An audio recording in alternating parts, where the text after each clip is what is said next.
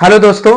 आज हम एक इम्पॉर्टेंट चैप्टर के ऊपर डिस्कस करते हैं और यहां से कुछ ही क्वेश्चन बनते हैं, जबकि ये बहुत छोटा सा चैप्टर है। एफ ब्लॉक के तत्व या एफ ब्लॉक एलिमेंट, यहां से जितने इंपॉर्टेंट टॉपिक हैं, कितने क्वेश्चन बनेंगे, उन्हीं के पर हम लोग डिस्कस करेंगे। केवल अगर इन टॉपिकों को आपने तैयार कर लिया तो एफ ब्लॉक एलिमेंट आपको पता रहेगा। जैसे ये यहां से जो क्वेश्चन बनता है वो आपका क्वेश्चन बनता है आंतरिक संक्रमण तत्व। आंतरिक संक्रमण तत्व, और जो आंतरिक संक्रमण तत्व होते हैं इन्हें इंटरनल ट्रांजिशन एलिमेंट बोलते हैं। Internal transition element, transition metal. Internal transition metal की अगर आप बात करेंगे तो कह सकते हैं यह ब्लॉक के एलिमेंट इंटरनल ट्रांजिशन मेटल कहलाते हैं, या यह ब्लॉक के तत्व आंतरिक संक्रमण तत्व कहलाते हैं। अगर इन्हें डिफिनेशन में लिखना चाहें तो हम लिख सकते हैं कि वे तत्व जिनके बाह्य कोश के इलेक्ट्रॉन या ऑर्बिटल में भरते हैं इंटरनल ट्रांजिशन मेटल्स कहलाते हैं। यहां पर अगर हम बात करें तो दो सीरीज आती है। एक आपकी आवर्त 6 में एक्टिनाइड से आगे की जो 14 एलिमेंट होते हैं वो आपके लेंथेनाइड से आगे के 14 तत्व होते हैं वो लेंथेनाइड श्रेणी के तत्व कहलाते हैं, और एक्टिनाइड से 14 एलिमेंट आगे के जो होते हैं वो एक्टिनाइड सीरीज के एलिमेंट कहलाते हैं। यहां से एक टिप्पणी में क्वेश्चन आता है, निम्न पर टिप्पणी कीजिए। निम्न पर टिप्पणी कीजिए। बेटा ये क्वेश्चन आता है निम्न पर टिप्पणी कीजिए, तो एक क्वेश्चन आता है कि लेंथेनाइड संकुचन या आकुंचन, इसे इंग्लिश में कहते हैं लेंथेनाइड कॉन्ट्रैक्शन। दूसरा आता है एक्टिनाइड संकुचन। एक यहां से एग्जाम में हर हालत में ये क्वेश्चन बनता ही बनता है। और एक rare earth element, rare earth तत्व किसे कहते हैं? किसे कहते हैं? जैसे अगर रेयर अर्थ तत्व किसे कहते हैं तो एक नंबर में ये क्वेश्चन पूछा जाएगा और इसका आंसर आपका हो जाएगा लेंथेनाइड श्रेणी के तत्व। लेंथेनाइड श्रेणी के तत्व जो होते हैं वो रेयर अर्थ तत्व कहलाते हैं। अब लेंथेनाइड आकुंचन या संकुचन की बात करें, लेंथेनाइड कंट्रैक्शन की बात करें तो डेफिनेशन लिख सकते हैं कि लेंथेनाइड श्रेणी के तत्वों के परमाणु क्रमांक बढ़ने के साथ परमाणु त्रिज्याएं धीरे धीरे घटती जाती हैं। इस समग्र कमी को ही लेंथेनाइड संकुचन या आकुंचन कहते हैं। तो क्या लिखेंगे? लेंथेनाइड संकुचन या आकुंचन में अगर हम परिभाषा देंगे तो क्या कहेंगे? लेंथेनाइड श्रेणी के तत्व परमाणु क्रमांक बढ़ने के साथ साथ धीरे धीरे परमाणु त्रिज्याएं घटती जाती हैं। इस समग्र कमी को लेंथेनाइड संकुचन कहते हैं। अगर एक्टिनाइड संकुचन की बात करें तो बस लेंथेनाइड श्रेणी जहां पे लिखोगे वहां पे क्या लिख दोगे? एक्टिनाइड श्रेणी। तो एक्टिनाइड श्रेणी के तत्वों के परमाणु क्रमांक बढ़ने के साथ साथ परमाणु त्रिज्याएं धीरे धीरे घटती जाती हैं। इस समग्र कमी को एक्टिनाइड संकुचन कहते हैं। तो एक परिभाषा हम लिख के आपको दिखाते हैं। लेंथेनाइड श्रेणी के तत्व के परमाणु क्रमांक बढ़ने के साथ परमाणु क्रमांक बढ़ने के साथ परमाणु त्रिज्याएं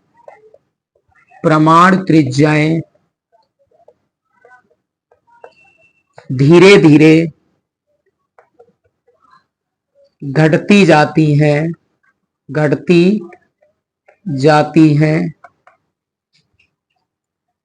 इस समग्र कमी को लेंथेनाइड संकुचन कहते हैं।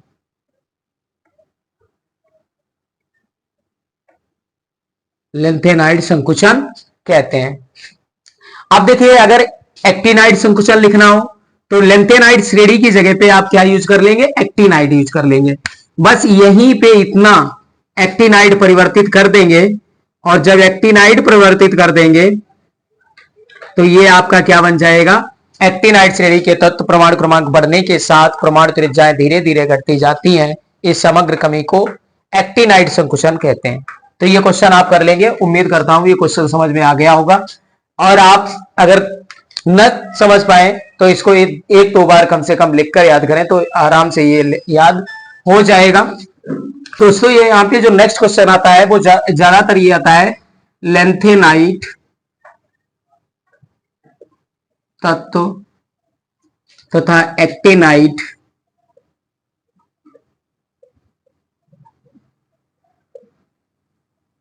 तत्वों के लक्षणों की तुलना, लक्षणों या गुणों की तुलना भी कह सकते हैं, लक्षणों या गुणों की तुलना, गुणों की तुलना। अथवा में ये क्वेश्चन बनेगा लेंथेनाइट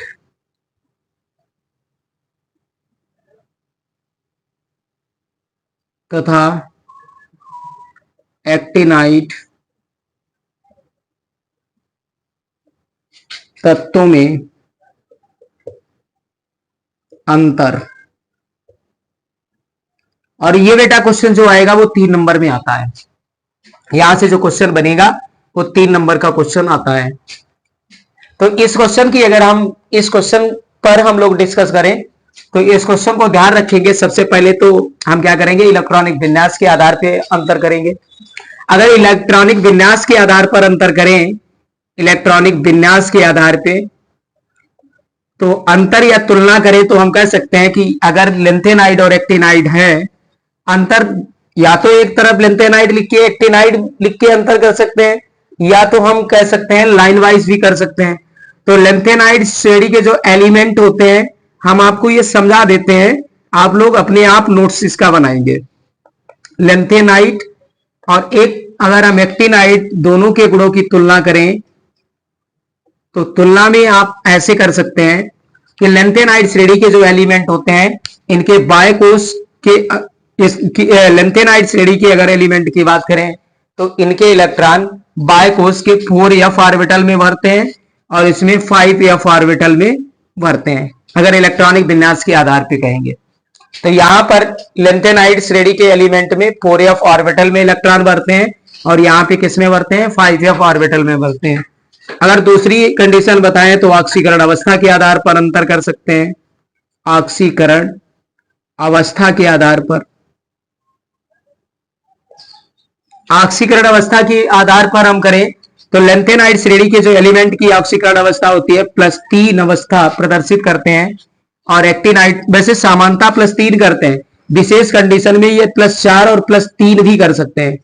लेकिन एक्टिनाइड श्रेणी की बात करें तो ये जनरली ऑक्सीकरण अवस्था +3, +4, +5, +6, +7 ऑक्सीकरण अवस्थाएं प्रदर्शित कर सकते हैं। तो कह सकते हैं कि यहाँ पे भिन्न भिन्न एलिमेंट भिन्न भिन्न ऑक्सीकरण अवस्थाएं प्रदर्शित करते हैं। तो यहां पर ओनली +3 ऑक्सीकरण अवस्था प्रदर्शित करते हैं, यहाँ पे 3, 4, 5, 6, 7 तक ऑक्सीकरण अवस्थाएं प्रदर्शित कर सकते हैं। नेक्स्ट पॉइंट की बात करें स्थायित्व की, अगर हम स्थायित्व की बात करें,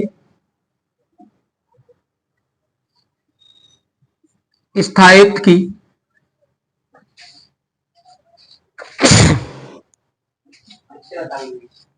अगर हम स्थायित्व की बात करेंगे तो लेंथेनाइड श्रेणी के एलिमेंट स्थायी होते हैं और एक्टिनाइड श्रेणी के एलिमेंट स्थायी नहीं होते हैं। यहां पर स्थायी इसलिए नहीं होते हैं क्योंकि जो F और S और D ऑर्बिटल है यहाँ पे इलेक्ट्रॉनों की जो कंडीशन, जो अंतिम कोश में इलेक्ट्रॉनों की कंडीशंस होगी वो भिन्न भिन्न हो जाएगी, इसलिए यह स्थायी नहीं होंगे और ये क्या होंगे, स्थायी होंगे। और ये स्थायी होंगे तो इनके बाह्य कोश जल्दी विघटित नहीं होंगे और इनके बाह्य कोश विघटित हो जाएंगे, इसलिए ये रेडियो एक्टिव एलिमेंट होंगे, रेडियो एक्टिव एलिमेंट, और ये रेडियो एक्टिव एलिमेंट नहीं होंगे। अगला अंतर की अगर हम बात करें तो बेटा ये रंगहीन संकुल बनाते हैं, रंगहीन यौगिक बनाते हैं, रंगहीन यौगिक बनाते हैं और ये रंगीन यौगिक बनाते हैं, रंगीन यौगिक बनाते हैं, रंगीन यौगिक बनाते हैं। बस इतने अगर आप पॉइंट लिख देते हैं तो आपको यहां से 3 नंबर मिल जाएंगे। एक क्वेश्चन आपका ये भी कंप्लीट हुआ। तो एफ ब्लॉक में ज्यादा क्वेश्चन नहीं बनते हैं, जितने मैंने आपको ये क्वेश्चन बताए हैं, अगर इतने क्वेश्चन आप लोगों ने रिवाइज कर लिए और इतने क्वेश्चन ठीक से तैयार कर लिए तो एफ ब्लॉक आपका कंप्लीट हो जाएगा। बस इतने ही यहां पर इंपॉर्टेंट टॉपिक हैं, इंपॉर्टेंट टॉपिक हैं। तो इन इंपॉर्टेंट टॉपिक के बारे में आप जानिएगा। और आप लोग अपनी जो एग्जाम की प्रिपरेशन कर रहे हैं तो सबसे पहले क्या करें, चैप्टर वाइज रिवाइज करें। और चैप्टर वाइज जब रिवाइज करेंगे तो इंपॉर्टेंट टॉपिकों को अगर आपने तैयार कर लिया अच्छे से, बाकी आपने एक बार उन्हें रिवाइज कर लिया तो वो भी रिकॉल में बना रहेगा। और जो इंपॉर्टेंट टॉपिक है इनको आपने लर्न कर लिया तो पेपर करने में आपको आसानी रहेगी और आप केमिस्ट्री में फुल मार्क्स ला सकते हैं, क्योंकि यहाँ पे नंबर जो है वो मैथ की तरह से मिलता है अगर आपने टॉपिक सही से लिखे हैं तो। और क्वेश्चन में ध्यान रखेंगे, केमिस्ट्री में जो क्वेश्चन आपसे पूछा जाए, जितना आंसर पूछा जाए